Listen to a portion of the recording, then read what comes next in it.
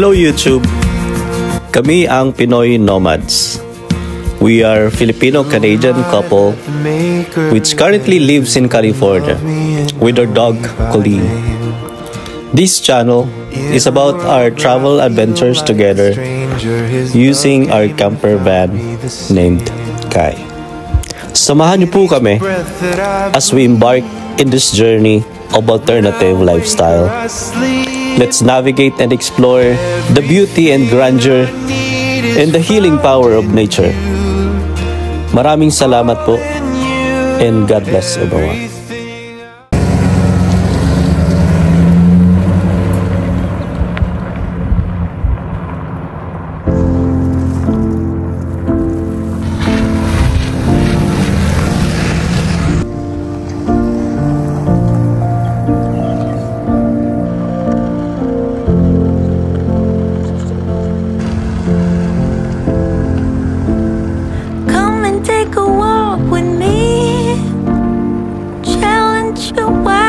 Dreams, no more fear.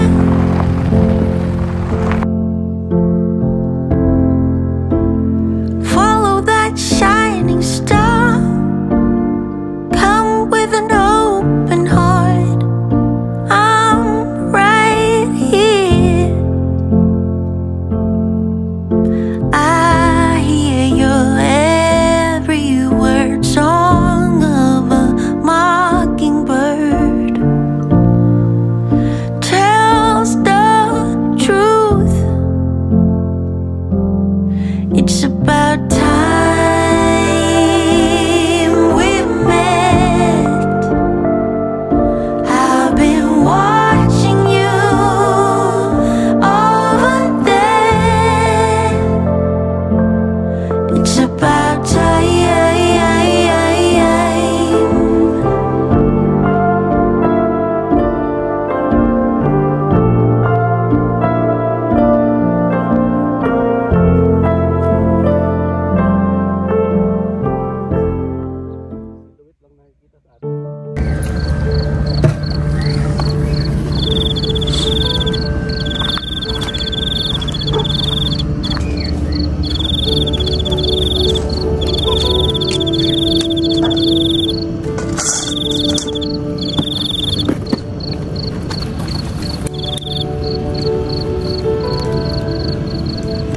Hello guys, ito nga pala yung unang bonfire namin this season. Kailangan ng bonfire sa camping para sa iba't ibang dahilan. Tulad ng una, pagbibigay ng init. Mahalaga ito lalo na kung malamig ang panahon sa camping area. Pangalawa, pagluluto ng pagkain. Ginagamit ang siga o apoy para sa pagluluto ng marshmallows, hotdog, isda o iba pang pagkain. Pangatlo, pagbibigay ng liwanag. Kapaki-pakinabang ito lalo na sa madilim na lugar kung saan walang kuryente. Pang-apat, protection laban sa mga hayop. Ang apoy ay maaaring magtaboy ng ilang mababangisang hayop sa kagubatan. Ikalima, pagsasama-sama at kwentuhan. Ang bonfire ay nagbibigay ng magandang ambience para sa banding, kwentuhan at kantahan kasama ang pamilya o mga kaibigan.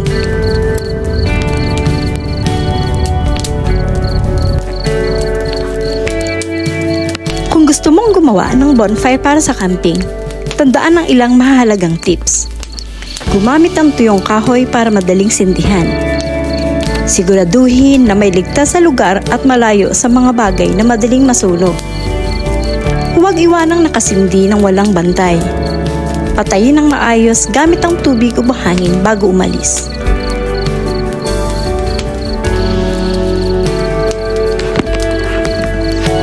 Narito pa ang ilang safety tips kapag gagamit ng bonfire sa camping. Bago sindihan ng bonfire, una, pumili ng ligtas sa lugar. Dapat malayo ito sa mga puno, tuyong dahon, at iba pang bagay na madaling masunog. Pangalawa, gumamit ng fire pit o hukay.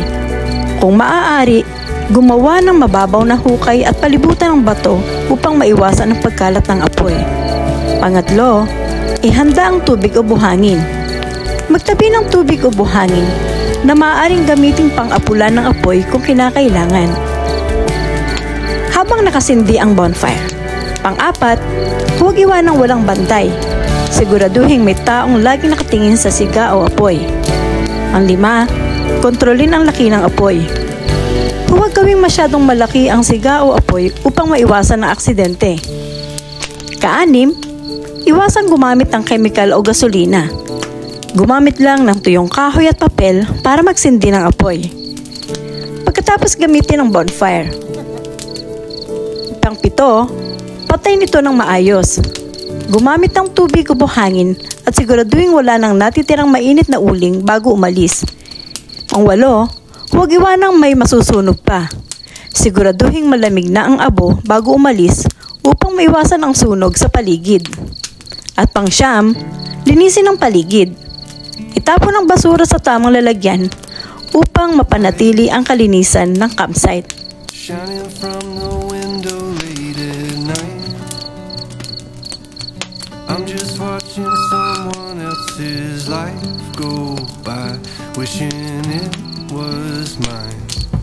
Dreams, everybody has them at the start. Somewhere along the way they fall apart, and it makes it kind of hard to look up at the light. When the lights go out, everything is clearer. When the lights go out, I can finally see what it's all about.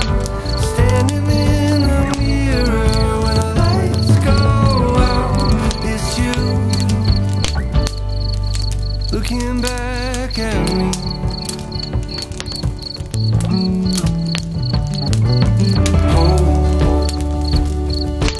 Try your best to hold on to the rope. We all have a reason to let go, and it's easier to do, but it's better if we don't. When the lights go out, everything is clearer. When the lights go out, I can finally see what it's all about. Standing in the mirror when the lights go out, it's you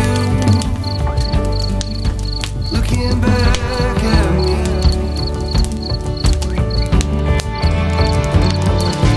When you wish upon a star just to find out it's a plane, and when you think you've come so far, but you're standing still again, and you finally understand. When the lights go out, everything is clear. When the lights go out, I could finally see.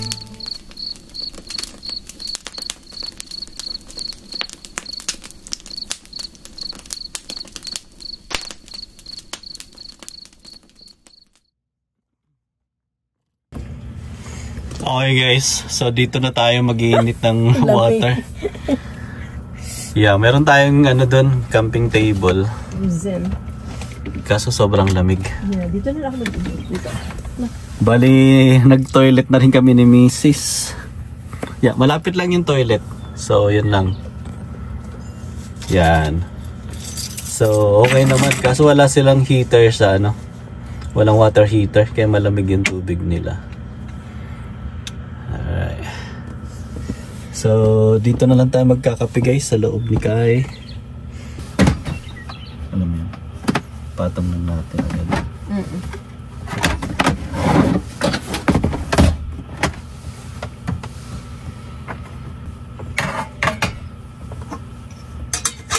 Dinamihan mo na yung darling mo.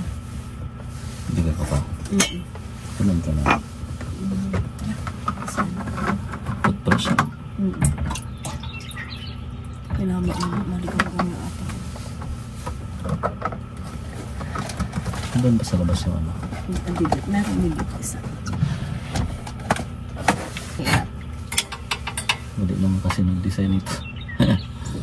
Hindi sa ayun sa ano, dapat tapos pabalik.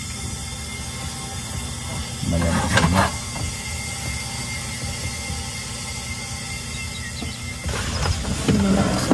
Okay guys, dito sa Buckhorn campground, may bayad siyang 20 bucks. So, ito, hindi to yung mga preferred camping na gusto namin gawin. So, gusto namin yung mga ano lang, backcountry. Sa mga remote area, BLM land. Para solo mo yung lugar, at the same time, libre pa. Di ba? So, pero kasi, sa ngayon ay nag-i-snow yung karamihan ng mga BLM land. For example, doon sa Maylasin National Park, may mga lugar na doon na pwede mong pagcampingan. So, pero nag-i-snow ngayon, so tsaka wala kaming time kasi may pasok nga. Pasundot-sundot lang. So, hopefully in the future ay doon tayo sa mga ganong mga lugar. Pero okay din naman dito sa campground. Malinis, may toilet. Tapos yeah, ang kagandahan dito sa Buckhorn campground ay malalayo yung mga ano, hindi tabi-tabi. So yun yung na-appreciate namin dito. Tahimik din yung mga kapitbahay. So yung ibang campground sobrang gulo lalo na yung pagka peak season. So sa ngayon kasi ano pa lang, hindi pa peak season ng camping. Malamig pa kasi talaga. Ang ganda rin dito. Masarap sana yung kung dala namin yung inflatable kayak para magano, sagwan-sagwan ba. Pero kahit yung mountain biking kahapon, ganda. So super relaxing. Tapos kagabi yung anong ganda mami, no? Huh? Yung first ano namin paapoy. Ang tawag sa paapoy? Bonfire. Yeah, first bonfire namin kagabi. Super successful. Tapos ang ganda nung ano, stargazing din kami kagabi, guys. Iba talaga ang ano, pag madilim yung paligid, walang masyadong ilaw, kitang-kita mo yung skies, tsaka mga stars. Tapos yon, natulog na kami and nagpahinga dito kay dito sa ating camper van. So hindi kami nakatulog sa tent kasi malamig. Ayun si Kulin, no? Yung iba nung natulog sila. Oo, yung iba sa ano sa tent. Pero siguro ang lamig talaga, no? Yeah.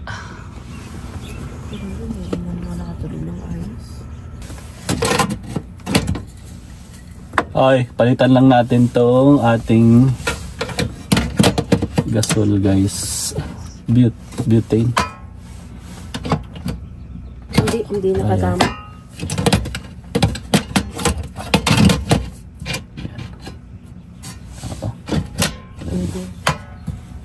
Ito.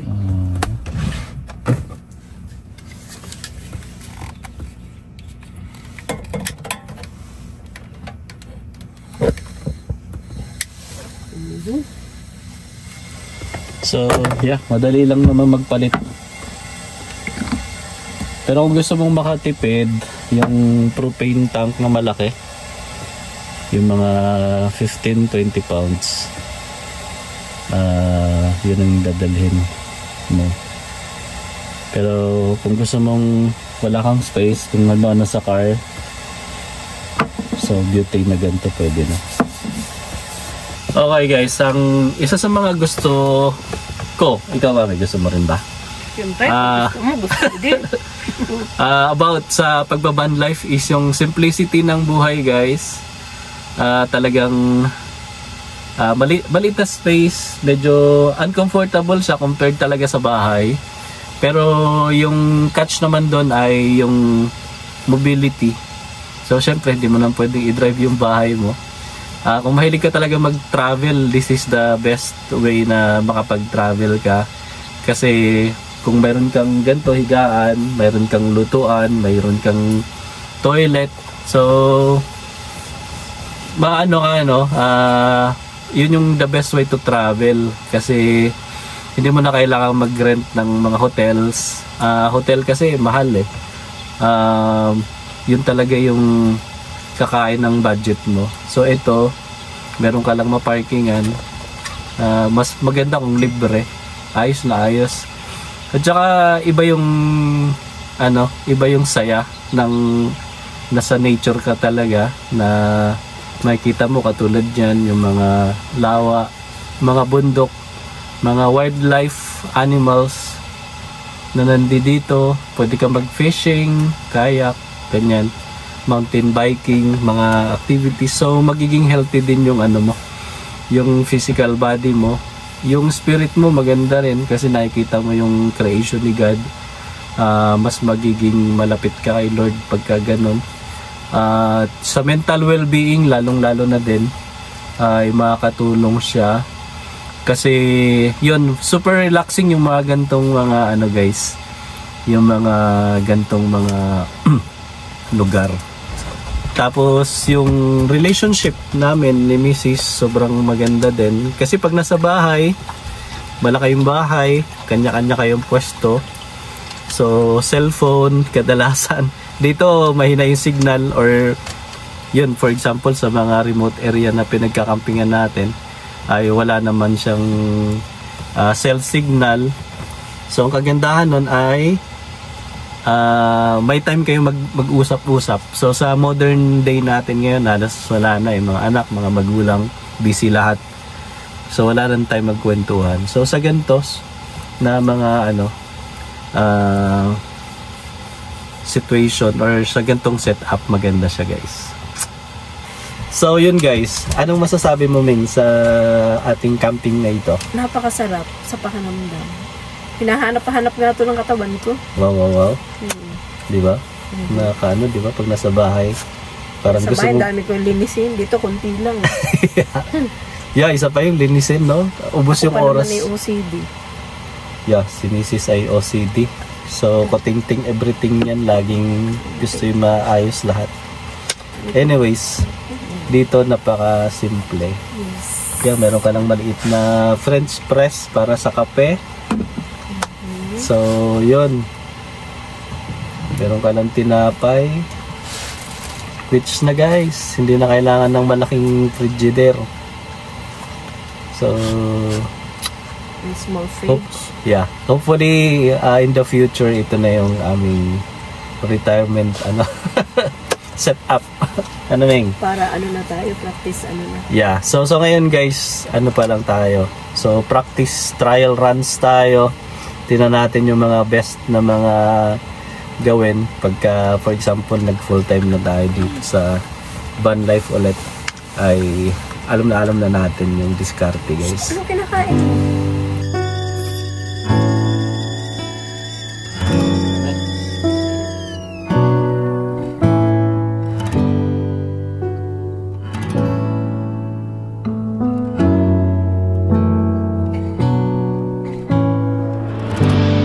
I see you in everything.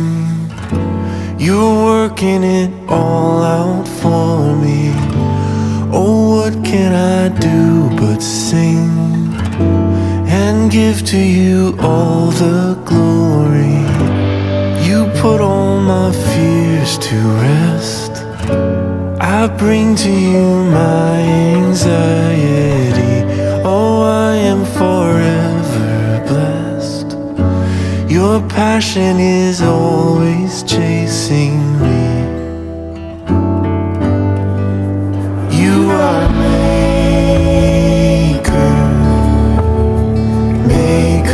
of all things. You are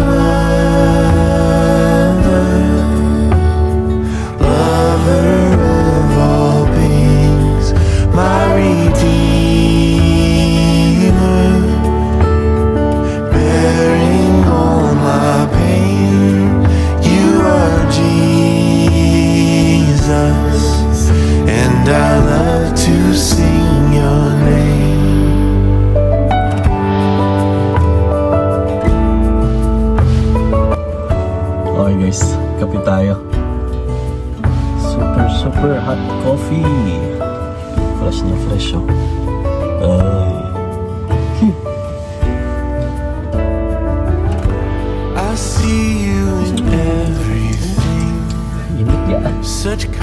sing my own story. Oh, what can I do with the truth? My Father in heaven loves me. I dance in the pouring rain. You Breakfast muna tayong tinapay, guys. on everyone with the power I can't escape. Whenever you speak, I come undone. You are